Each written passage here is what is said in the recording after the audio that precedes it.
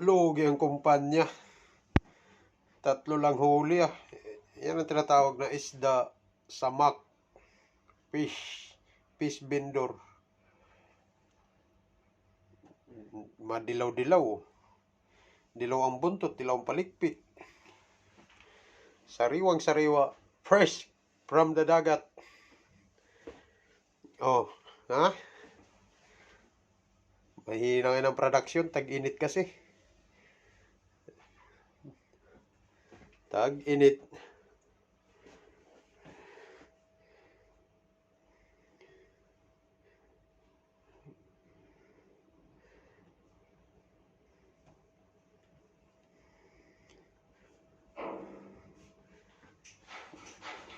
Kailangan bukas agahan.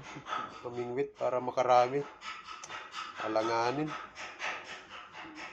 Alanganin. Ano ha? Follow, like, and share lang. Pag marami ng followers, tayo yung pag-uwi ko, magpaparapol tayo ng manok.